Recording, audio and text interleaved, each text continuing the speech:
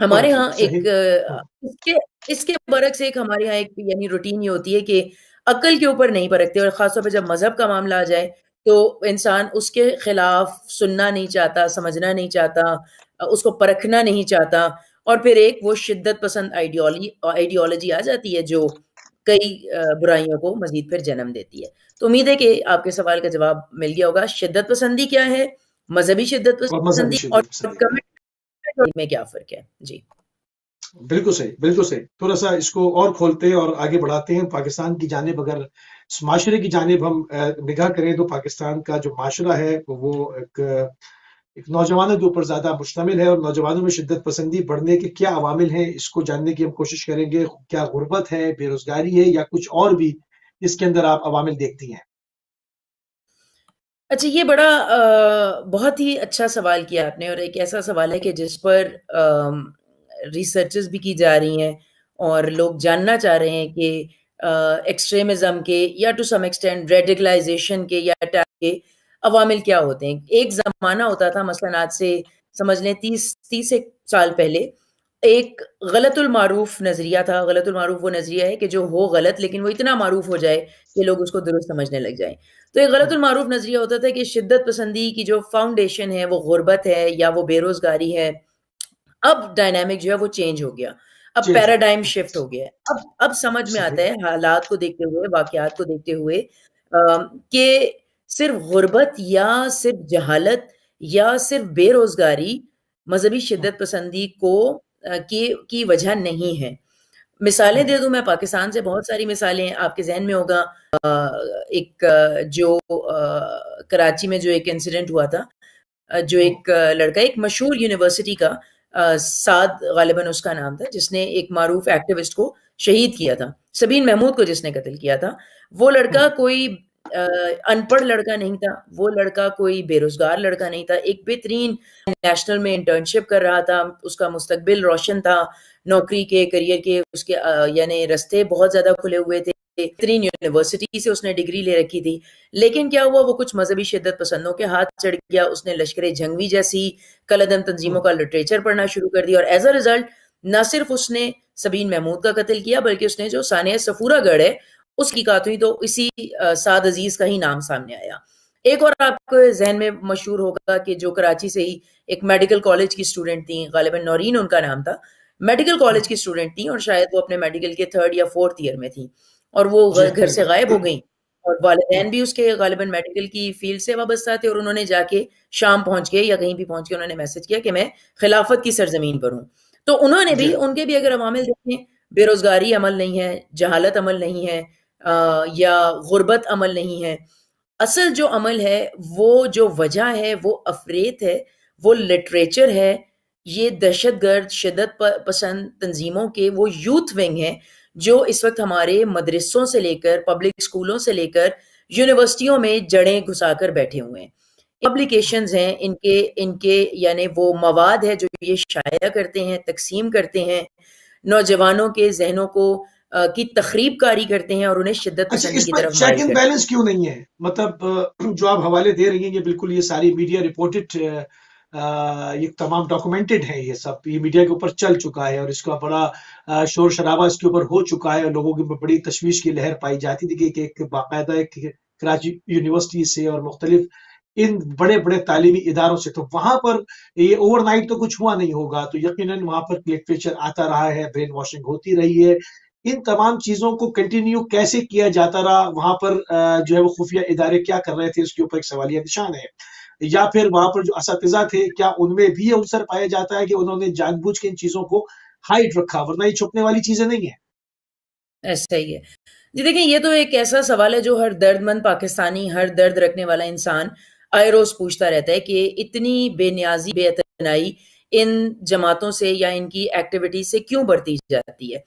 اس کو چھوڑیں، اگر آپ جو دارالحکومت ہے پاکستان میں، دنیا کی نمبر 1 ایجنسی جسے کہا جاتا ہے، اس ایجنسی کے ہیڈ کوارٹر سے چند گز کے فاصلے پر لال مسجد موجود ہے. وہ لال مسجد کے جس کے مولوی نے یوٹیوب پر جس کے بیانات موجود ہیں کہ جنہوں نے کہا تھا کہ ہم داعش کو پاکستان آنے کی دعوت دیتے ہیں، تو وہ بھی موجود ہے اپنی کھلی دھمکیوں کے باوجود. تو یہ کالعدم تنظیمیں تو پھر کچھ حد تک چھپ چھپا کر اپنی ایکٹیویٹیز کرتی ہیں. تو عوامل پر اگر جائیں تو بہت سارے عوامل ہیں کہ کیوں ریاستی ادارے، سرکاری ادارے، حکومتی ادارے ان کے خلاف کام نہیں کرتے. بہت بڑی ایک تو وجہ یہ کہ بدقسمتی سے جو ایک سرفیس پہ وجہ ہے وہ یہ کہ ان کلعدم تنظیموں نے ان کو جب جنرل ضیاء الحق کے زمانے سے 80s کے بعد ان کو یعنی اسٹریٹجک اثاثہ جات بنایا گیا، ان کے اوپر کام کیا گیا، ان کو اسلحہ فراہم کیا گیا، اس سے لے کے 40 سال کے عرصے میں یہ تنظیمیں اتنی پینیٹریٹ کر چکی ہیں کہ اب ایک طرح سے یہ ہر سیاسی جماعت کا ووٹ بینک ایک بناتی ہیں. سیاسی جماعت چاہے وہ خود کو کتنی ہی سیکولر کیوں نہ کہے، خود کو کتنی بہت ہی اہم بات کہہ رہی ہیں یعنی آپ، بہت اہم بات ہے یہ. ان کا ووٹ بینک ہے. اگر جیسے ہم لشکر جھنگوی کی بات کریں یا سپاہی صحابہ کی بات کریں، جنوبی پنجاب میں پاکستان میں ان کے ہزاروں کی تعداد میں ووٹرز موجود ہیں. انٹیریئر سندھ میں چلے جائیں، شہداد کوٹ کی طرف چلے جائیں یا آپ سکھر کی طرف چلے جائیں، حیدرآباد کی طرف چلے جائیں، ان کے باقاعدہ گڑھ موجود ہیں. کئی حلقوں سے یہ اپنے تعاون کا یقین دلاتے ہیں، ان کے ووٹر بینک موجود ہیں. تو اگر کوئی سیاسی پارٹی ان کے، اور باقاعدہ ہمارے پاس ریکارڈ پر بات موجود ہے کہ سیاسی پارٹیز ان کے کولیبریشن سے، ان کے ساتھ سیٹ ایڈجسٹمنٹ کر کے، ان کا باقاعدہ پولیٹیکل الائنس کر کے جنرل الیکشن 2018 میں تعاون کر کے پاکستان کی بڑی بڑی پارٹیز وہ مختلف حلقوں سے الیکشن میں انہوں نے پارٹیسپیٹ کیا. تو ایک تو وجہ یہ ہے کہ ان کا پینیٹریٹ اتنا کر چکی ہیں کہ ان کا ووٹر بینک موجود ہے، تو پارٹیز نہ چاہتے ہوئے بھی ان کو اس طرح میں یا ان کے ساتھ ایک کولیبریشن کرنے کے لیے مجبور ہیں. دوسری بڑی وجہ جو وجہ بیان کرتے ہوئے دل بھی دکھتا ہے وہ یہ کہ بدقسمتی سے پاکستان میں ایک مائٹ از رائٹ انگلش میں کہتے ہیں نا، جس کی لاٹھی اس کی بھینس، اس کا رواج چل پڑا. اب جو یہ جماعتیں ہیں، اگر میں ان کی یعنی ان کے جو کارکنان ہیں وہ جس فرقے سے تعلق رکھتے ہیں، یا بنیادی طور پہ وہابی فرقہ ہے ان کا، یا وہ دیوبندی فرقے سے تعلق رکھتے ہیں. اگر پاکستان کی آبادی کے اعداد و شمار دیکھیں تو یہ فرقہ پاکستان میں 8 سے 10% سے زیادہ نہیں ہے، یعنی کل آبادی کا 8% ہے یا 10% ہے زیادہ سے زیادہ. لیکن یہ وہ لوگ جو بجائے کاغذ اور قلم کے یہ اسلحے اور ڈنڈے کے اوپر یقین رکھتے ہیں. اور یہ ایسے افراد ہیں کہ یعنی آن ریکارڈ میں بات کہہ رہی ہوں، شواہد بیان نہیں کر سکتی، لیکن یہ وہ افراد ہیں قیموں کے کہ جنہوں نے حتیٰ کہ ریاستی اداروں کے، سول اداروں کے جو سرکردہ افراد ہیں ان تک کو ڈرا دھمکا کر رکھا ہوا ہے. ایک طرح سے اب یہ ہمارے ایک زمانے میں 90s کے دور میں جنرل حمید کو، جنرل ضیاء الحق کی پالیسیز کے ان کو سپورٹ کیا گیا، ان کو اسلحہ دیا گیا. اب سمجھیں کہ یہ ایسا نیولا بن گیا ہے جو سانپ کے نہ گلے میں اگلا جا سکتا ہے نہ جسے نگلا جا سکتا ہے. تو حتیٰ یہ ہمارے ریاستی اداروں کو ڈرا دھمکا کے رکھتے ہیں، ہمارے سول سروسز کے جو افراد ہیں ان کو ڈرا دھمکا کے رکھتے ہیں. اور نہ صرف ڈراتے ہیں بلکہ اگر آپ ہمارے پاکستان میں پچھلے 10 سال کا ریکارڈ اٹھا کے دیکھیں تو ان لوگوں نے پاک فوج پر بھی حملے کیے، ان لوگوں نے ایئر فورس کی بیسز پر بھی حملے کیے، ان لوگوں نے سول جو ہماری سروسز میں ججز کو شہید کیا، پولیس اہلکاروں تک پہ حملہ ہوا ہے. جی ایچ کیو تک پر حملہ ہوا. تو یہ مائٹ از رائٹ والا فارمولا چل پڑا. یہ ایک ایسا افریت بنتا جا رہا ہے کہ جتنا وقت گزر حکومت کے ہاتھوں سے نکلتا جا رہا ہے، ریاست کے ہاتھوں سے نکلتا جا رہا ہے. تو یہ ایک اور بڑی وجہ ہے. جس طرح سے آپ نے ابھی یہ کہا کہ اس کے جو لوگ ہیں، اس کو دوسرے حوالے سے بھی ہم دیکھتے ہیں. عموماً بعض دفعہ یہ خبریں آتی ہیں کہ جب، کیونکہ عموماً پاکستان میں یہی ہوتا ہے کہ جب بھی ویکینسیز نکلتی ہیں عموماً وہ بیچی جاتی ہیں میرٹ کے اوپر. وہ صرف اخبار میں اشتہار لگایا جاتا ہے خانہ پوری کے لیے. عموماً وہ سیٹیں بکتی ہیں، چاہے وہ کانسٹیبل کی ہو یا وہ اے ایس آئی کی ہو یا جو بھی ہو. وہ تمام چیزیں جو ہے وہ باقاعدہ لوگ اس پہ پیسے دے کے، رشوت دے کے اور وہ آتے ہیں. کہیں شاذ و نادر ہی کہیں پر ایسا ہوتا ہو کہ میرٹ کے اوپر جس کی کسی کی کوئی سورس نہیں ہو، وہ میرٹ کے اوپر جو ہے وہ وہاں پر آ جائے. عموماً رائے عامہ یہی ہے جو میں اس وقت آپ کے سامنے عرض کر رہا ہوں. کیا ان کے لوگ سیٹیں خرید کر فورسز کے اندر پینیٹریٹ کرتے ہیں یا صرف نظریاتی لوگ ان کے موجود ہیں؟ کیوں ان کی جو ہے وہ ان کے اوپر ہاتھ آسانی سے ڈالا نہیں جاتا؟ یہ جو آن گراؤنڈ ریئلٹیز ہیں، ابھی انٹرنیشنل ہم حوالے پہ بھی آئیں گے، اس کے اوپر بھی بات کریں گے، اس کے اثرات کو بھی دیکھیں گے. جو ابھی زمینی جو بالکل حقائق ہے، جو گراؤنڈ کے اوپر معاملہ ہے، اس حوالے سے میں چاہوں گا آپ اس پہ کیا کہیں گے؟ دیکھیے بڑا اچھا سوال ہے یہ. ایک تو میں اپنے سننے والوں کو آپ کے پروگرام کے توسط سے یہ پیغام دینا چاہوں گی کہ یہ شاید اس میں کوئی سچائی ہو، شاید 2%، 5% سچائی ہو، لیکن سچائی سے زیادہ یہ مت ہے. پاکستان ہمارا وطن ہے. پاکستان کے سسٹمز کو، اس کی پالیسیز کو، اس کے اداروں کو ہم نے بنایا ہے اور ہمیں ہی اس کے سسٹمز کو، اس کے اداروں کو ان کے اوپر اعتماد کرتے ہوئے انہیں مضبوط کرنا ہے. تو میں سمجھتی ہوں, میرا خود بھی اپنا تجربہ ہے, کارپوریٹ سیکٹر کا تجربہ ہے, گورنمنٹ سیکٹر کا تجربہ ہے, تو میں سمجھتی ہوں کہ یہ مت ہے کہ ریفرنسز سے یا سیٹیں خرید کر لوگوں کو اندر پہنچایا جا سکتا ہے. ایک سسٹم ہے, سسٹم کے اوپر سسٹم کے ذریعے چلا جا سکتا ہے. یعنی جیسے آپ اگر افواج پاکستان کی بات کر لیں یا آپ دیگر سرکاری اداروں کی بات کر لیں, اخبار میں اشتہارات آتے ہیں, ویکنسیز, خالی اسامیاں ہیں, کوئی ان کے اوپر اپلائی کر سکتا ہے. یہ پہلی بات ہے. تو سسٹم وہاں پہ موجود ہے. شاید جیسے میں نے عرض کیا کہ 2% یا 3% یا شاید اداروں سے کام ہو رہا ہو کہ خریدا جا رہا ہو اور من پسند افراد جا رہا ہو, لیکن بہرحال ایک سسٹم موجود ہے جو پاکستانیوں کے لیے کھلا ہے. تو میں اپنے ویورز کو یہ پیغام دوں گی کہ بجائے متس کے اوپر جانے کے, یعنی جس بات میں ایک کریٹیکل تھنکنگ سے کام لیں. کریٹیکل تھنکنگ ہوتی ہے سینگ از بلیونگ, جس چیز کو دیکھیں اس چیز پر یقین کریں. یہی معصومین کا بھی طریقہ ہے, یہی اہل اطہار کا بھی طریقہ ہے. تو بجائے یعنی دھیان دینے کے ایک سسٹم میں جا کر اس کو ٹرائی کریں. پہلا پارٹ ہے سوال کے جواب کا. دوسرا جہاں تک پارٹ ہے کہ کیا جو کلعدم یا جو بدعت پسند ہے, کیا یہ باقاعدہ کسی پلاننگ کے تحت یا منصوبہ بندی کے تحت اداروں میں جاتی ہیں؟ بالکل ایسا ہے. دیکھیں پاکستان میں جو معتدل مسلمان ہیں, جن میں بریلوی, صوفی, سنی آ جاتے ہیں, جن میں اہل تشیع آ جاتے ہیں, جو اسلام کے بنیادی 2 بازو ہیں, ان کے علاوہ جو ایک فرقہ ہے دیوبندی ہیں یا وہابی ہیں. میں یہ نہیں کہہ رہی کہ سارے وہابی دہشت گرد ہوتے ہیں یا دیوبندی دہشت ہے, میں یہ نہیں کہہ رہی. میں بالکل ہم کسی کے مذہب اور پہ یہ حملہ نہیں بات کرتے. صحیح. ریکارڈ موجود ہے. ہاں, وہ سارے ایسے نہیں ہیں, سارے وہابی دہشت گرد نہیں ہیں, نہ سارے دیوبندی دہشت گرد ہیں. لیکن یہ بات ضرور ہے کہ ہر دہشت گرد کا فرقہ یا مسلک وہ وہابی یا دیوبندی نکلتا ہے. یعنی نظریے کے اندر بنیادوں میں شدت پسندی موجود ہے. تو اب یہ جو دیوبندی یا وہابی دیکھ لیں, ان میں سے دیوبندی فرقہ جو پاکستان میں جن کی زیادہ پینیٹریشن موجود ہے, یہ صرف مذہبی افراد نہیں ہے. وہابی تو صرف مذہبی افراد ہیں جن کا ایک مذہب کا اوریجن ہے, سعودی عرب سے آغاز ہوا اور آگے کی تاریخ آپ جانتے ہیں, وہ ایک الگ پروگرام اس پر ہو جائے گا. ایک مذہبی فرقہ ہے. لیکن دیوبندی یہ صرف مذہبی فرقہ نہیں ہے, یہ مذہبی اور سیاسی فرقہ ہے. ان کی تاریخ میں اگر آپ چلے جائیں تو قیام پاکستان کے اوپر بھی دیکھیں تو جو دیوبندی جماعتیں تھیں, انہوں نے پاکستان بننے کی مخالفت کی تھی, وہ پولیٹیکل پروسیس کا حصہ تھے. یہ سیاسی افراد ہیں, یہ باقاعدہ پلاننگ کے تحت سیاسی اداروں میں, سرکاری اداروں میں, سیکیورٹی اداروں میں اپنے افراد کو شامل کرواتے ہیں تاکہ یہ قومی دھارے کا حصہ بن سکیں. تو یہ دونوں پہلو ہیں جن کو مد نظر رکھنا چاہیے. امید ہے کہ سوال کا جواب آپ کو مل گیا ہوگا. بالکل صحیح. تھوڑی سی بات کو آگے بڑھاتے ہیں. اچھا, آپ نے اس کے اوپر بات کی.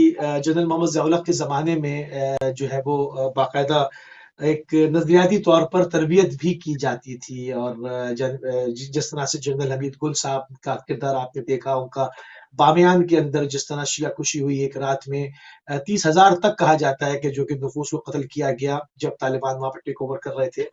یہ سارا معاملات بامیان کے ہیں, کسی سے چھپے ہوئے نہیں ہیں. ان نظریاتی کلاسز کا اثر آج تک کیا موجود ہے؟ ایک سوال یہ ہے. اور دوسرا رخ یہ ہے کہ جو ہماری بریگیڈز جو ہے وہ سعودیہ کے ساتھ جو ہمارا ایگریمنٹ ہے اور وہاں پر جاتے ہیں ان کے شاہی محلوں کی حفاظت کے لیے, وہاں پر ہماری ایک بریگیڈ رہتی ہے, وہ وہاں پر ان کو نظریاتی طور پر برین واش کیا جاتا ہے. جب وہ آ جاتے ہیں دوسرے لوگ چلے آتے ہیں, اس کا بھی بہت اثر پڑتا ہے. ان تمام چیزوں کے عوامل آپ کیا دیکھتے ہیں کہ ٹھیک ہے وہ نظریاتی طور پر کارکن نہیں ہوں گے, لشکر جنگی کے لوگ نہیں ہوں گے, جو میں کہہ رہا کہ وہ جو ہے مختلف اداروں کے اندر آ گئے نہیں, مگر ایک آدمی کو بھی تو نظریاتی کیا جا سکتا ہے, اس کو بھی تو اپنا حامی بنایا جا سکتا ہے. اس کے جو اثرات پڑتے ہیں وہاں پر پھر جو ہے وہ بیلنس آؤٹ ہو جاتا ہے, انصاف کے تقاضے جو ہے وہ انصاف ساخت ہو جاتا ہے. اس حوالے سے کیا کہتی ہیں آپ؟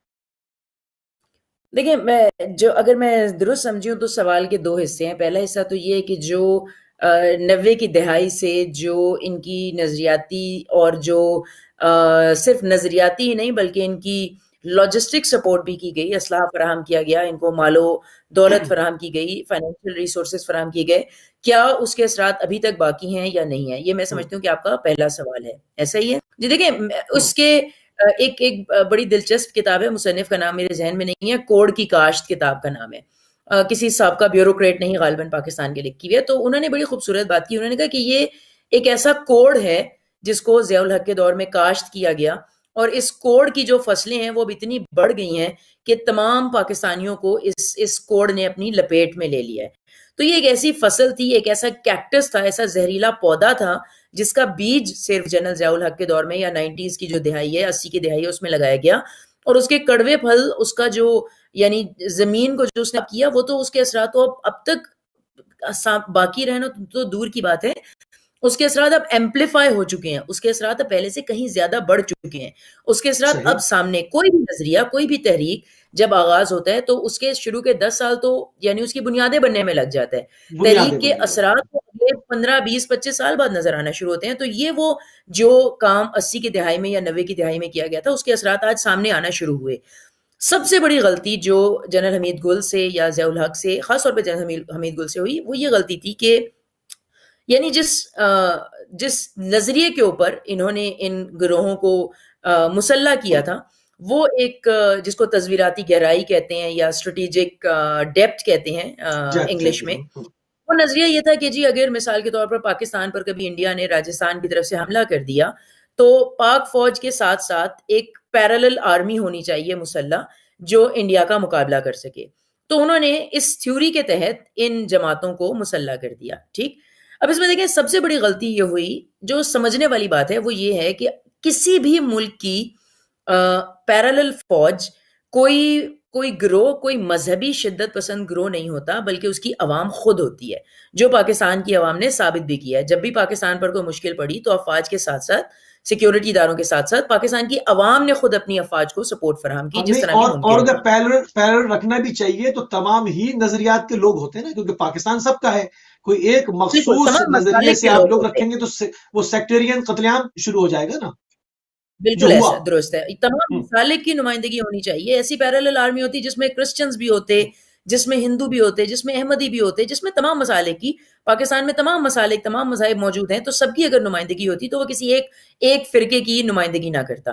تو یہ جب اس کی بنیادیں رکھی گئی 90 کی دہائی میں، اور پھر آج 30 40 سال گزرنے کے بعد اب اس کے جو اثرات ہیں وہ سامنے ہیں کہ اب وہی فرقہ ہے جو آبادی کا 8 یا 9% ہے، لیکن وہ اپنے نظریے کو، اپنے عقائد کو دوسرے فرقوں کے اوپر مسلط کرنے کے لیے کسی بھی حد تک جانے سے گریز نہیں کرتا، خواہ اس کے لیے انہیں خون ہی کیوں نہ بہانا پڑے۔ معذرت میں دوسرا پارٹ آپ کے سوال کا بھول گئے، اگر آپ اس کو دہرا دیں۔ جی جی، دوسرا یہ تھا کہ جو سعودیہ کے ساتھ ایگریمنٹ ہے جس میں ہماری فوج وہاں جا کر رہتی ہے، اور یہ کہتے ہیں کہ جی حرمین کا دفاع ہم پر واجب ہے، حالانکہ حرمین کے دفاع سے زیادہ محلوں کے دفاع کو جو ہے وہ ترجیح دی جاتی ہے، اور وہ وہاں پر رہتے ہیں۔ جس طرح سے جنرل راحیل شریف صاحب بھی گئے ہوئے ہیں، اور پوری عرب جو آرمی ہے اس کو یمن کے اس ساتھ جو ہے وہ اس کو جنگ کے طور پر اس کو کمان بھی کر رہے ہیں۔ تو وہاں پر بھی جو جاتے ہیں، کیا ان کو برین واش نہیں کیا جاتا ہوگا جب وہ وہاں پر رکتے ہیں اس ایک مخصوص ماحول کے اندر، مخصوص آب و ہوا کے اندر؟ کس طرح سے ممکن ہے کہ وہ جس طرح سے جائیں انہی نظریات کے ساتھ واپس آئیں؟ ان کے بھی اثرات پاکستان پہ پڑتے ہیں۔ دیکھیں یہ تو دوسرے مرحلے کا سوال ہے نا کہ جب وہ وہاں پر جاتے ہیں نظریات پر کیا اثر پڑتا ہے۔ اس سوال کی یعنی جو بنیاد ہے، سمجھنا چاہیے کہ وہ بنیاد ہی جہاں سے پڑ رہی ہے وہ بنیاد ہی غلط ہے۔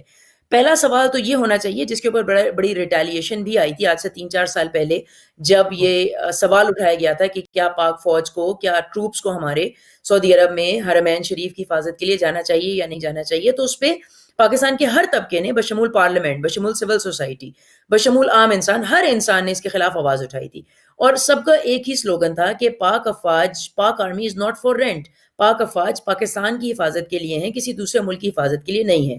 اب ہمارے جو سیکیورٹی ادارے ہیں، پاکستان افواج کی بات اگر کر لیں تو وہ بھی مثلاً اگر ان کی سیلریز جاتی ہیں تو وہ تنخواہیں کس کے ہاں سے جاتی ہیں؟ وہ میرے اور عام پاکستانیوں کے ٹیکس کے پیسے سے دی جاتی ہیں۔ وہ پاکستانیوں کی رقم ہے کہ جو گھوم پھر کر ایک پورا اکنامک سائیکل چلتا ہے۔ یعنی جو پاکستان کی افواج ہے وہ پاکستان سرحدوں کی حفاظت کے لیے ہیں، وہ پاکستان کے اثاثہ جات کی حفاظت کے لیے ہیں، وہ غیر ملکوں کی حفاظت کے لیے نہیں ہے۔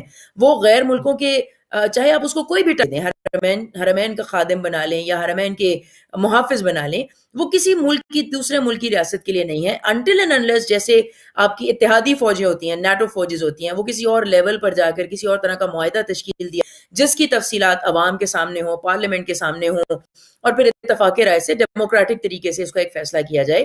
لیکن یہ جو بنیاد ہے جس میں پاس کو سعودی عرب بھیجا گیا، یہ ایک ایسی چیز ہے کہ جس کے اوپر ملک کے ہر طبقے نے اس سے اختلاف کیا، اور میں سمجھتی ہوں کہ آج بھی اختلاف کرتے ہیں کہ Pakistan army is not for rent, Pakistan army is for Pakistan, کسی اور دوسرے ملک کی حفاظت کے لیے نہیں ہے۔ بالکل صحیح۔ اچھا، یہ تو تمام جو معاملات تھے، جس طرح سے بینڈ آؤٹ فٹس تھیں، یہ تو کھلے عام کام کرتے ہیں اور اپنا نظریہ بھی بیان کرتے ہیں، اپنے نظریات کو چھپاتے بھی نہیں ہیں، یہ تمام چیزیں ہیں. مگر اب ہم دیکھتے ہیں کہ اس کو ری شیپ کیا جا رہا ہے، کیونکہ کہتے ہیں نا بدلتے رہتے ہیں انداز کوفی اور شامی، اور وہ ان کو چہرہ چینج کرنا ہوتا ہے. پہلے کی جو پالیسی تھی وہ یہ تھی کہ بین آؤٹ فٹس کے نام چینج کر دو، اگر سپہ صحابہ پہ پابندی لگے لشکر جنگی کے نام سے آ جاؤ، اس پہ لگے تو جو ہے وہ کسی اور نام سے آ جاؤ، مگر جھنڈا بھی وہی رہے، آفیسز بھی وہی رہے، لوگ بھی وہی رہے، قیادت بھی وہی رہے، لٹریچر بھی وہی رہے، صرف نام چینج کر دو. اب ہم دیکھتے ہیں کہ یہ جا کر دوسری شکل میں ری شیپ ہو رہا ہے، جیسے تحریک لبیک کو سامنے لے کر آیا گیا، اس کے اندر ان کا یقیناً تعلق جو ہے وہ اس فرقے کے حساب سے ان نظریات سے نہیں ہے، مگر شدت پسندی میں ہم دیکھتے ہیں کہ وہ بھی جو ہے وہ کسی سے پیچھے نہیں ہے. ان کے جو سربراہ ہیں، ان کی تقریریں، ان کی زبان، ان کا لب و لہجہ، یہ تمام چیزیں یہ پاکستان کی سوسائٹی سے کہاں سے میچ ہو رہا ہے؟ یہ سب کیا ہو رہا ہے؟ یہ بھی بہت ہی، میں کہوں گی کہ بہت ہی یعنی بہترین سوال ہے، اور اس کے بھی کئی پہلو نکلتے ہیں اس سوال کے. دیکھیں، ایک چیز جو سمجھنے کی ضرورت ہے وہ یہ کہ مثلا لشکر جنگوی ہے یا سپہ صحابہ ہے یا طالبان ہیں، ان تمام کا جو عقائدی حوالے سے تعلق ہے، یہ سب بلونگ کرتے ہیں دیوبندی یا وہابی فرقے سے بلونگ کرتے ہیں. ٹھیک. جہاں تک تحریک لبیک کی بات ہے، ان کا جو مذہبی عقیدہ ہے یا جو مذہبی نظریہ ہے، یہ دیوبندی یا وہابی نہیں ہے، یہ بریلوی فرقے سے تعلق رکھتے ہیں. تو ایک تو یہ بڑا کلیئر ڈفرنس ہے لشکر جنگوی میں، سپاہ صحابہ میں، داعش میں، طالبان میں اور تحریک لبیک میں. تحریک لبیک کو یہاں پر سب سے پہلے یہ سمجھنا چاہیے کہ جو لشکر جنگی یا سپاہ صحابہ والا دھڑا ہے وہ صرف شیعوں کا دشمن نہیں ہے، بلکہ وہ بریلوی سنیوں کا بھی اتنا ہی دشمن ہے جتنا وہ شیعوں کا دشمن ہے، یا کرسچنز کا یا ہندوؤں کا دشمن ہے. ہمارے پاس ایسے ماضی میں ریکارڈز ہیں، ایسے واقعات اس دھڑے نے، لشکر جنگی سپاہی نے جب بریلوی صوفی سنی بزرگوں کے منوں پر حملے کیے، 7 پر حملہ ہوا، داتا دربار پر حملہ ہوا، تو پہلی چیز تو میرے بریلی سنی بھائیوں کو سمجھنی چاہیے وہ یہ کہ ان کو اگر یہ کسی قسم کی ہمدردی سمجھ رہے ہیں کہ انہیں سپاہ صحابہ یا لشکر جنگی سے ملے گی، تو وہ نہیں ملے گی. یہ ان کے بھی اتنے ہی دشمن ہیں جتنے وہ شیعوں کے دشمن ہیں، پہلی چیز. اچھا، دوسری چیز جو آپ نے کہا کہ یہ جو تحریک لبیک ہے جو جس کا تعلق بریلوی سے ہے، لیکن ایک یہ متشدد یعنی ایلیمنٹ کے طور پر سامنے آ رہے ہیں، تو یہ بہت بڑا سوال ہے ہمارے یا معتدل جو سنی دیکھتے ہیں کہ جیسے پہلے سلیم قادری صاحب تھے، عباس قادری صاحب تھے، یا صاحبزادہ ہیں، مطلب حامد صاحب ہیں، ان کی طرف سے کبھی شدت پسندی نہیں ہوئی. ان کی طرف سے پاکستان کی سلامتی کی بات ہوئی، ان کی طرف سے تشیع کے ساتھ ہاتھ ملانے کی بات ہوئی، پاکستان کو لے کے آگے چلنے کی بات ہوئی، جو کہ ہونا چاہیے، جو کہ پاکستان کا کلچر ہے. پاکستان کے اندر جو ڈیپ روٹڈ ہماری روٹس ہے، وہاں پر اندر عوام کے اندر شدت پسندی نہیں ہے. یہ نعرے لگائے جاتے ہیں، لوگوں کو جمع کیا جاتا ہے، فضا خراب کی جاتی ہے. تو یہ جو ایک نیا چہرہ دکھایا جا رہا ہے، حالانکہ ان کے اصل جو جماعت ہے وہ سلیم قادری صاحب والی جماعت ہے، اصل جو فکر ہے احمد رضا بریلوی صاحب کی فکر ہے، اس کے اندر شدت پسندی نہیں ہے. تو یہ ایک نیا ایک دھڑے کے اندر سے دھڑا بنانے کی یہ کیا چیز ہے؟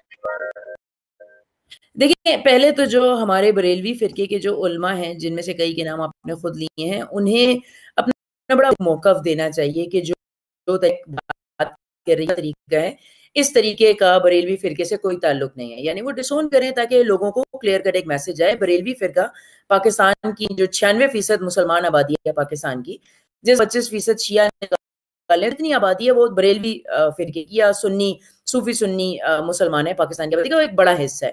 تو ایک چھوٹے سے اس میں سے جو ایک فردر ایک فیکشن ابھر کر آ رہا ہے تحریک لبیک کی صورت میں، باقی بریلویوں کو جو معتدل ہیں انہیں ڈسکن کرنا چاہیے.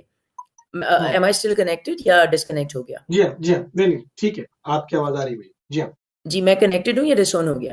جی کنیکٹڈ ہے.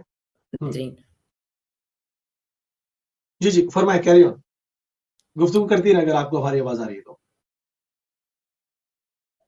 جی، معذرت، آواز نہیں آ رہی، اگر آپ کچھ بولیں تو مجھے جی فرمائیے، کہ کنیکشن کیسا ہے. جی آپ کو آپ کی آواز آ رہی ہے ہمیں، فرمائیے. بہتر. تو ایک تو چیز یہ کہ جو ہمارے بریلوی معتدل سنی ہیں ان کو موقع دینا چاہیے، دو ٹوک موقع دینا چاہیے کہ جو کچھ بھی تحریک لبیک پاکستان میں بریلویت کے نام پر کر رہی ہے اس کا معتدل، اور یہ پہلے ماضی میں کر، مثال کے طور پر ہمارے معذرت جو اہل سنت علماء ہیں وہ بڑا دو ٹوک موقف دیا کہ سپاہ صحابہ جو اپنے اہل سنت والجماعت ان کا اصل اہل سنت والجماعت سے کوئی تعلق نہیں ہے. تو ابھی وقت ہے کہ ہمارے جو معتدل بریلوی اپنے علماء ہیں عوام ہیں وہ اپنا واضح موقف دیں کہ ہمارا ان متشدد افکار کے ساتھ یا متشدد افکار کے ساتھ کوئی تعلق نہیں ہے.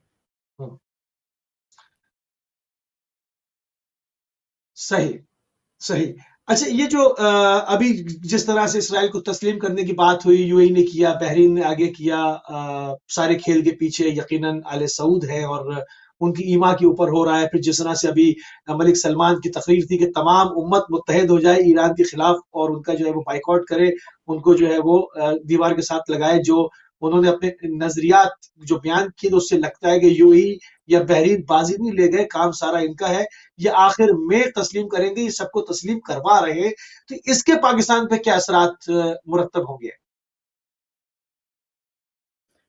دیکھیں پاکستان یہ اتنا سادہ جواب نہیں ہے، اس کا ایک کوئی بلینکٹ جواب نہیں دیا جا سکتا کیونکہ پاکستان کی، جیسے کہ میں نے شروع میں عرض کیا کہ پاکستان کی جغرافیکل پوزیشن بہت اہمیت کی حامل ہے. پاکستان جغرافیائی لحاظ سے دنیا کے جس خطے میں واقع ہے، ایک طرف سے پاکستان چائنا کے ساتھ ملتا ہے، دوسری طرف سے پاکستان ایران کے ساتھ، تیسری طرف سے پاکستان بھارت کے ساتھ ملتا ہے، چوتھی طرف سے پاکستان افغانستان کے ساتھ ملتا ہے. تو پاکستان کی جغرافیائی سے بذات خود اتنی اہمیت کی حامل ہے کہ پاکستان اسرائیل کے بارے میں جو بھی فیصلہ لے گا اس کے اثرات پوری دنیا کے اوپر ہوں گے. جتنے بھی پاکستانی ممالک ہیں تو پورے خطے نہ صرف پوری کیشنز دیکھی جائیں گی. یہ تو ایک ہو گیا آپ کا جغرافیائی لحاظ سے یا عالمی حوالے سے جو اس کے اثرات ہو سکتے ہیں. دوسرا یہ سوال کرنا اس لیے بہت مشکل ہے، سوال کا جواب دینا، کہ پاکستان کے اپنے اندر جو عوام ہے اس کی طرف سے کیسا رد عمل آئے گا. کیا پاکستان کی عوام اسرائیل کو قبول کرنے یا نہ قبول کرنے کے فیصلے کی حمایت کرے گی یا مخالفت کرے گی؟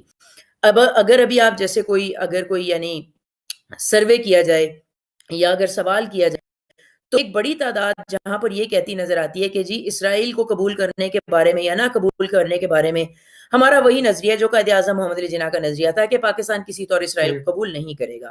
بڑی تعداد ایک ان پاکستانیوں کی ہے. لیکن آن دی ادر ہینڈ ایک بڑی تعداد، ایک ایمرجنگ نمبر ہے پاکستان میں جو ان لوگوں کا بھی ہے جو کہتے ہیں کہ ہمیں پاکستان کے مفادات کو دیکھنا چاہیے بجائے اس کے کہ ہم پوری ایک امت مسلمہ کے نام پر پوری امت مسلمہ کے مفادات دیکھیں. تو یہ بھی سوال بڑی اہمیت کا حامل ہے کہ پاکستان کو اسرائیل کو قبول کرنے یا نہ کرنے پر عوامی رد عمل کس قسم کا آئے گا. اور خاص طور پہ جس طرح پاکستان تو ایک ایسی دیگ کی مانند ہے جو اس وقت دہکتی کے اوپر رکھا ہوا ہے.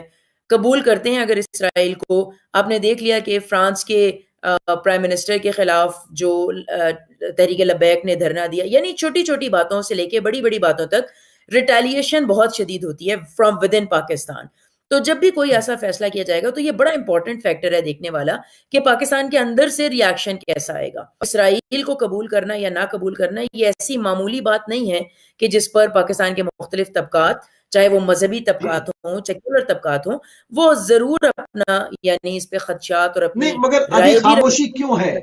ابھی خاموشی کیوں ہے؟ کیونکہ ایک عجیب جو ایک تشویشناک بات ہے وہ خاموشی ہے. ابھی اس وقت جہاں پر دفاع حرمین کی ریلیاں نکل رہی تھیں، جہاں پر بشار الاسد کے خلاف ایک ادھم مچایا جا رہا تھا، جہاں پر جو ہے وہ یہ سب کچھ ہوتا رہا ہے، جہاں پر اتنا بڑا کام ہو گیا، جہاں پر اسلامی قوانین کی دھجیاں اڑا دی گئیں، جہاں پر کھلے عام اسلامی جو ہماری جو بنیادیں ہیں ان کو جو ہے وہ جڑوں سے ہلا دیا گیا، لرزہ باندام کر دیا.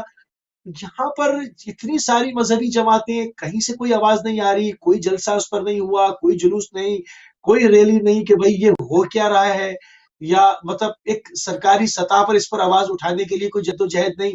ابھی خاموشی ہے. تو اگر کل کو تسلیم کرنے پہ جاتے ہیں تو یہ تو رضامندی کا سلوگن پہلے سے ہی اشارہ دے رہے ہیں. یہ تو ہری جھنڈی والی بات ہے، مطلب اشارہ دیا جا رہا ہے ان کو کہ ہم خاموش رہیں گے، آپ کریں. نہیں، میں تھوڑا سا آپ سے اختلاف کروں گی اس بات پر کہ نہیں آپ کو حق ہے پاکستانی جو ہے اختلاف وہ کرنے کا. ہاں پاکستانی جو ہے وہ ویسے بھی من حیث القوم ایز اے نیشن ہم لوگ زیادہ ری ایکٹ، ہم لوگ کسی بھی صورتحال کے لیے پہلے سے تیار نہیں ہوتے. جب وہ صورتحال پر آ جاتی ہے، سامنے آ جاتی ہے، تو ہم اس کا ری ایکٹ.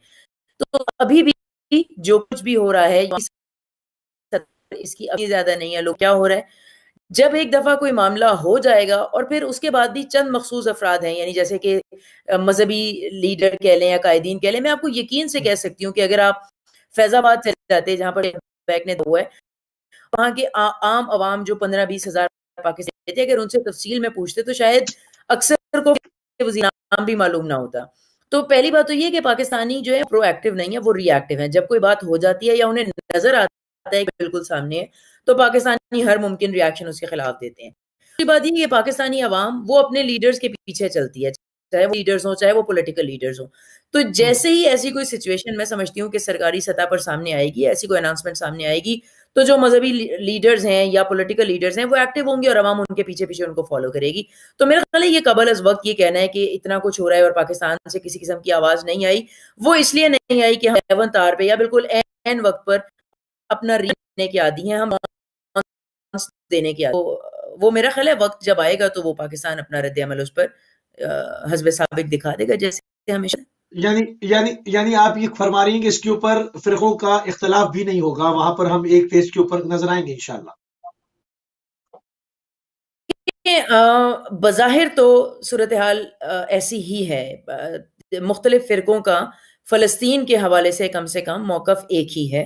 فلسطینیوں کو مختلف فرقے وہ مظلوم سمجھتے ہیں, نہیں, اسرائیل کو غاصب سمجھتے ہیں. موقف تو ہے, مگر کوئٹہ میں یوم القدس کی ریلی پر حملہ کرنے والے کون تھے؟ وہ ہندوستان سے تو نہیں آئے تھے, وہ بھی ایک مخصوص نظریاتی ایک بینڈ آؤٹ فٹ نے حملہ کیا تھا.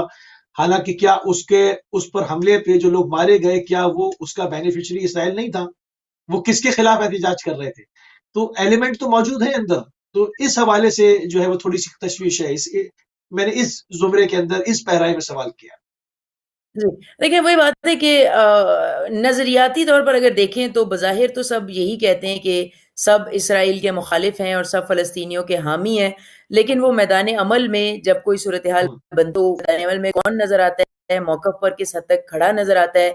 اور پھر اگر وہی بات ہے کہ بات اگر نکلے تو پھر دور تلک جائے گی کہ ودن جو پاکستان میں جو 4 سے 5 کروڑ شیعہ موجود ہیں, شیعوں کے اپنے اندر مختلف جماعتیں موجود ہیں, ان سب جماعتوں کا موقف ہے تو موقف ایک ہے, لیکن کیا وہ اسرائیل کے خلاف آواز اٹھانے کے لیے یا فلسطین کی حمایت میں آواز اٹھانے کے لیے کیا وہ بھی ایک پلیٹ فارم پر آئیں گی یا نہیں آئیں گی؟ تو یہ ایک ایسا ٹیکنیکل اور اتنا مشکل سوال ہے کہ ودن شیعہ بھی یہ نہیں سمجھتے, جو کہ ہم دیکھتے آ رہے ہیں کچھ چند سالوں سے کہ یوم القدس پر قدس کی ریلیاں نکلتی ہیں, لیکن مختلف جماعتیں وہ ایک پلیٹ فارم پر نظر نہیں آتی, جو بڑی بدقسمتی کی بات ہے. اس مشکل صورتحال میں ہم یہ نہیں بتا سکتے کہ کیا شیعہ جماعتیں ایک پلیٹ فارم پر نظر آئیں گی یا نہیں آئیں گی, کیونکہ نظر آتی ہیں فلسطین کے مسئلے پر ایک پلیٹ فارم پر جمع. تو یہ بڑا مشکل اور بڑا چیلنجنگ سوال ہے کہ کیا آیا کہ شیعہ سے دیگر فرقے کیا پلیٹ فارم پر ہوں گے یا نہیں ہوں گے, تو بڑا قبل از وقت بڑا ہی چیلنجنگ. اس میں بہت اچھا پوائنٹ آپ نے اٹھایا. آپ نے بہت اچھا پوائنٹ اٹھایا کہ اس وقت خصوصاً ابھی ہم جہاں پر امت کی بات کر رہے تھے اس پہ سب سے پہلے ہم خصوصاً بات کریں گے جو ہماری اپنی جماعتیں ہیں, جو ہمارے اپنے نظریاتی لوگ ہیں اور جو نظریاتی نہیں بھی ہیں, وہ بھی سن لیں کہ اگر جس طرح سے یو اے نے تسلیم کیا ہے تو سب سے پہلے چھری آپ کی گردن پر چلی ہے. وہاں پر میں اس کے اوپر بار بار شو کر چکا ہوں, اس پر آواز اٹھا چکا ہوں کہ یو اے کے اندر سب سے پہلے جو لوگ اٹھنے شروع ہوئے, جو مسنگ پرسنز ہونے شروع ہوئے, یو اے کی تاریخ میں کبھی ایسا نہیں ہوا تھا, وہ اہل بیت علیہ السلام کے ماننے والے تھے. تو جہاں پر بھی یہ پرچم آئے گا, یہ دوستی ہوگی, ان کے لوگ آئیں گے, وہ سب سے پہلے جو ہے وہ مکتب اہل بیت علیہ السلام کے ماننے والوں کو تشیع کو نشانہ بنانے کی کوشش کریں گے, کیونکہ وہ اس کو اصل خطرہ, اصل اسلام سمجھتے ہیں. وہ جانتے ہیں کہ اسلام کی اصل روٹس کہاں پر ہے. تو ہمیں کم از کم دوسروں کو کوئی اپیل تو کرنی چاہیے, مگر کم از کم ہمیں یہاں پر مقاومت ضرور دکھانی چاہیے. اس حوالے سے تھوڑے سے کامنٹ چاہوں گا آپ کے.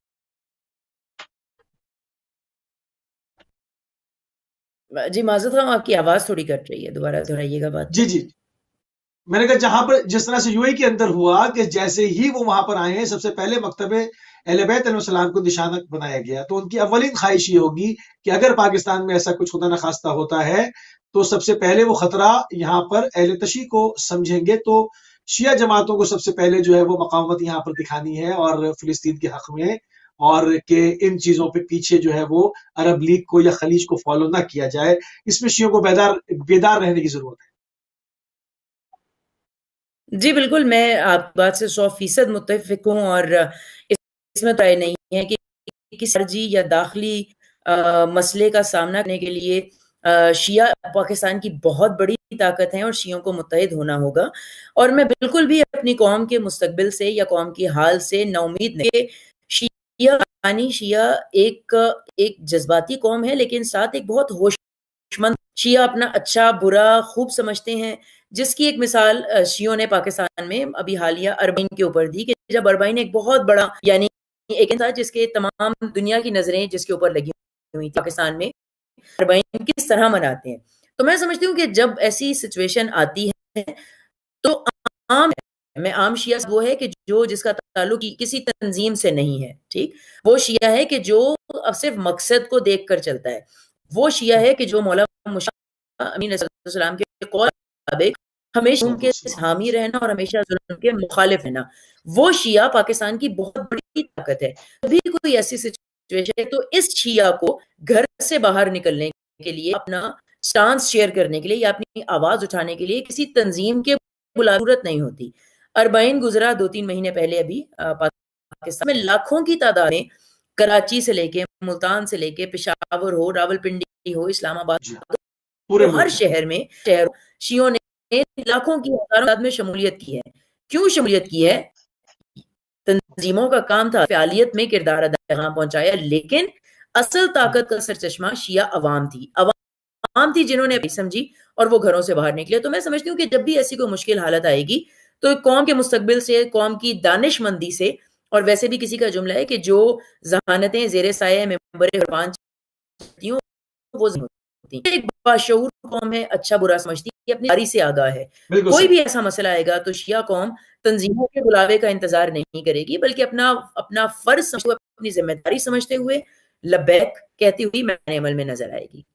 بالکل ٹھیک ہے. اچھا، شدت پسندی کا سدباب کیسے ہو سکتا ہے؟ کیونکہ آپ نے بہت سارے عوامل کے اوپر بات کی کہ اس کے اندر خالی ان پڑھ ہونا ضروری نہیں ہے، پڑھے لکھے لوگ بھی جو ہے وہ اس وائرس کہوں گا کہ یہ کورونا سے زیادہ خطرناک وائرس ہے، اس وائرس کے شکار ہوئے، چاہے وہ یونیورسٹیز کی طالبات تھی یا طالب علم تھے، یا وہ مدرسوں کے خالص ایک مخصوص مائنڈ سیٹ کے لوگ تھے، کسی بھی زندگی کے کسی بھی شعبے کے تھے، وہ اس سے ضرور متاثر ہوئے. ان تمام چیزوں کو آپ نے بیان کیا. سدباب کی طرف آگے بڑھیں گے. اس کا کس طرح سدباب کیا جائے؟ اس کا حل کیا ہے؟ کس طرح سے پاکستان کے معاشرے کو شدت پسندی کے اس عنصر سے صاف کیا جائے، بالکل الگ کیا جائے؟ جی بہت بہت خوب.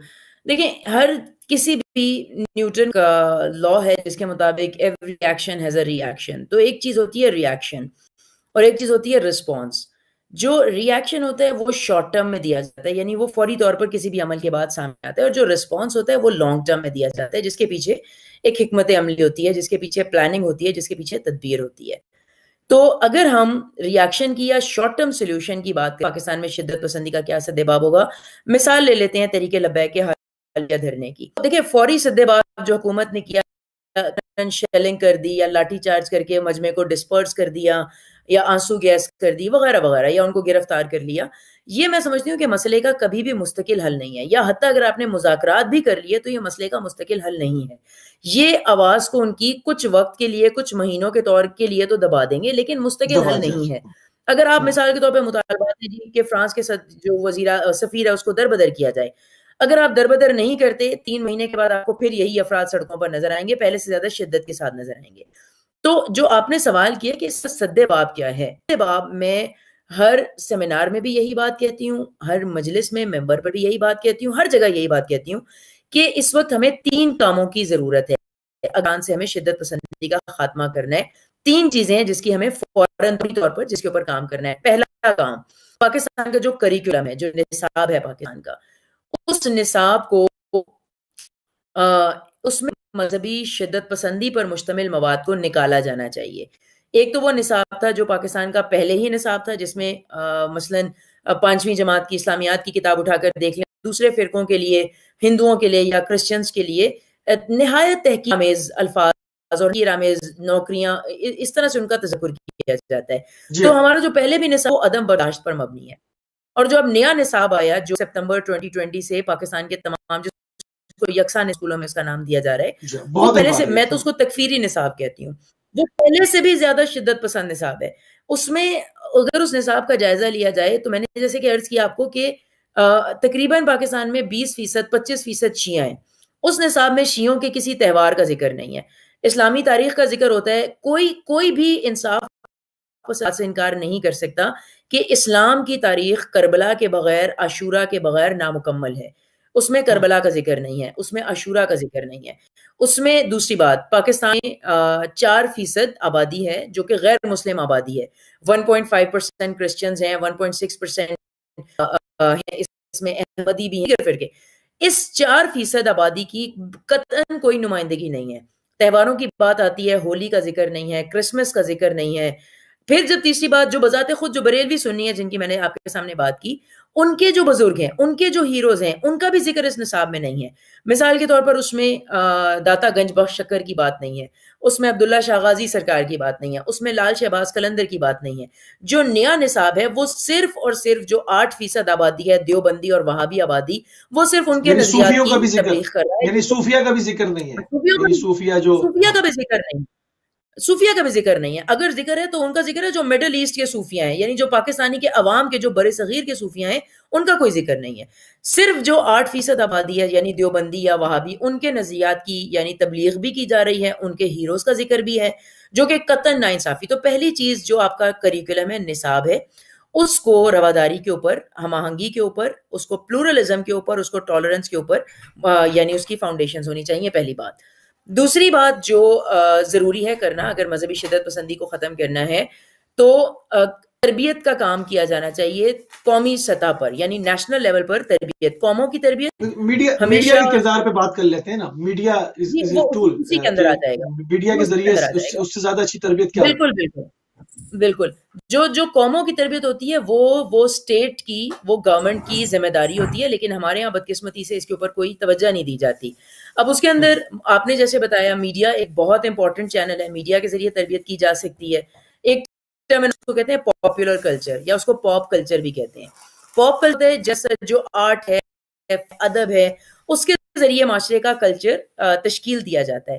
آپ پاکستان میں دیکھیں، یعنی ہمارا پاپ کلچر کیا ہے کہ وزیر اعظم خود نوجوانوں کو ایک ترکی ڈرامہ دیکھنے کی ترغیب دے رہے ہیں جو جہاد پر مشتمل ہے.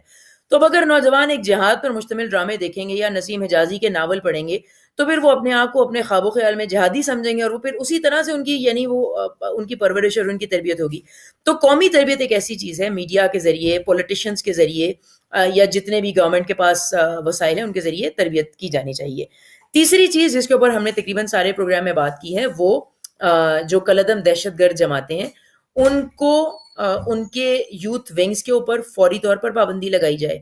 ان کے جو اشاعت کے مراکز ہیں، ایک ریسرچ ہوئی تھی، پی آئی پی والوں نے کی تھی اسلام آباد کی یونیورسٹیز کے ساتھ، اور انہوں نے ایک ہوشربا انکشاف کیا کہ جو جماعت الدعوہ ہے ان کا ایک ماہانہ ایک میگزین چھپتا ہے، غالباً غزوہ نام ہے اس میگزین کا.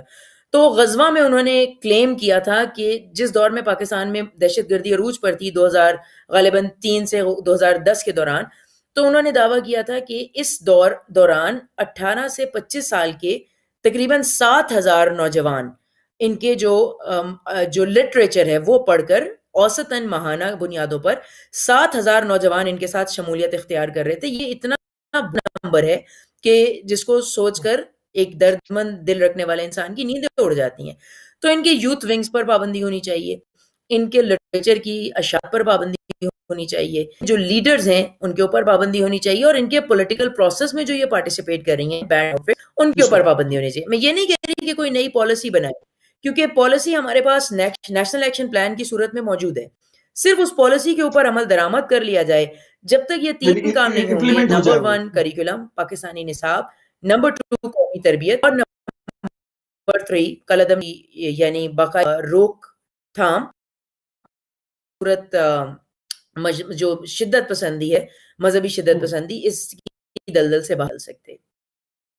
مگر یہ تو جب ہوگا نا کہ جب آپ کی ایک پالیسی شفٹ ہو چکی ہو، آپ کی پالیسی کلیئر ہو. مطلب ہم چاہیں کہ ہمارے تعلقات جو ہے وہ سعودیوں سے بھی خراب نہ ہو، ہمارے تعلقات جو ہے وہ ترکی سے بھی خراب نہ ہو، ہمارے تعلقات ایران سے بھی خراب نہ ہو. تو یہ تو نہیں ہوتا نا، سب سے پہلے اپنی اسٹیٹ پالیسی وضع کرنی ہوتی ہے ہماری. کیا جب بھی حکومت تبدیل ہوتی ہے ایک نئے نعرے کے بالکل. ساتھ جو ہے وہ معاملات شروع ہوتے ہیں. تو اس حوالے سے کیا کہیں گی آپ؟ مطلب ہم ابھی خود میں کلیئر نہیں ہے ہمیں جانا کدھر ہے، ہمارا راستہ کیا ہونا چاہیے؟ آیا یہ مینشن ہے، یہ جی کلیئر ہے بات؟ یہ تو پاکستان کا جی ماجد آپ کی آواز بہت زیادہ کٹ رہی ہے، میں صرف اندازے سے جواب دینے کی کوشش کر رہی ہوں. ہم ایز اے اسٹیٹ پالیسی کے حوالے سے کلیئر ہیں کہ ہمارا راستہ کیا ہے، یا ہم نے ہر جگہ پر بیلنس کرنے کی کوشش کر رہے ہیں؟ نہیں جی، آپ پالیسی کے حوالے سے کلیئر ہونے کی بات کرتے ہیں، ہماری تو ایز اے اسٹیٹ پالیسی موجود ہی نہیں ہے. تو اتنی کنفیوژن اور اتنی افرا حال ہے کہ ایک بہت ہی عوامی سی ٹرمینالوجی استعمال ہوتی ہے جس کو یو ٹرن کہتے ہیں. تو ہماری تو چھوٹی سی چیزوں کے اوپر ہماری کوئی واضح موقف یا پالیسی نہیں ہے، چاہے وہ روزمرہ زندگی کے سودا سلف کی قیمتیں ہوں یا وہ پیٹرول کی قیمتیں ہوں. تو وہ ہر روز ایک عام عوام ایک یو ٹرن کا لفظ استعمال کرتی ہوئی نظر آ رہی ہوتی ہے کہ پہلے یہ کہا گیا تھا اور اس کے بعد یعنی جس ملک میں روزمرہ زندگی کے چھوٹے چھوٹے معاملات پر آئے روز جو ہے وہ ایک حکومت کا وزیر اعظم اپنی بیانات بدل دیتا ہو، تو وہاں پالیسی کا تو ہونا یا ایک دیوانے کا خواب ہی سمجھا جا سکتا ہے. تو پالیسی کے حوالے سے کنفیوژن تو بہت دور کی بات ہے. میں تو سمجھتی ہوں کہ ہماری کوئی پالیسی موجود ہی نہیں ہے، نہ ہماری خارجہ پالیسی موجود ہے، ایک واضح پالیسی موجود ہے، نہ ہماری واضح پالیسی. داخلی معاملات کے حوالے سے پالیسی یا موقف موجود ہے. تو کیا ایک بالکل آخری سوال اور صرف 1 منٹ میرے پاس رہ گیا، کیا اس وقت جو کہ پوری امت مسلمہ کے اوپر اغیار کی یلغار ہے، کیا اس وقت بھی ہم اگر اپنی پالیسی کلیئر نہ کر سکے تو کیا ہمیں آگے موقع مل پائے گا کہ ہم کوئی اسٹینڈ لے پائیں، ہم اپنی ایک کوئی راہ متعین کر سکیں؟ کیا یہ ابھی وقت نہیں ہے کہ ہم اپنی ان تمام چیزوں کو فائنلائز کر لیں؟ جی اگلے 5 سال جو ہیں وہ پاکستان کے لیے بھی اور پاکستان کے شیعوں کے لیے بھی بہت اہم ہے. یہ ایک طرح سے آپ سمجھ لیں کہ ناؤ اور نیور اور ڈو اور ڈائی والی سچویشن ہے. جس دوراہے پر پاکستان کھڑا ہوا ہے، ہمیں اپنی پالیسی واضح کر کے ہمیں دو ٹوک موقف اختیار کرنا ہوگا. ہمیں پاکستان کو ٹاپ پریورٹی پر ڈالنا ہوگا.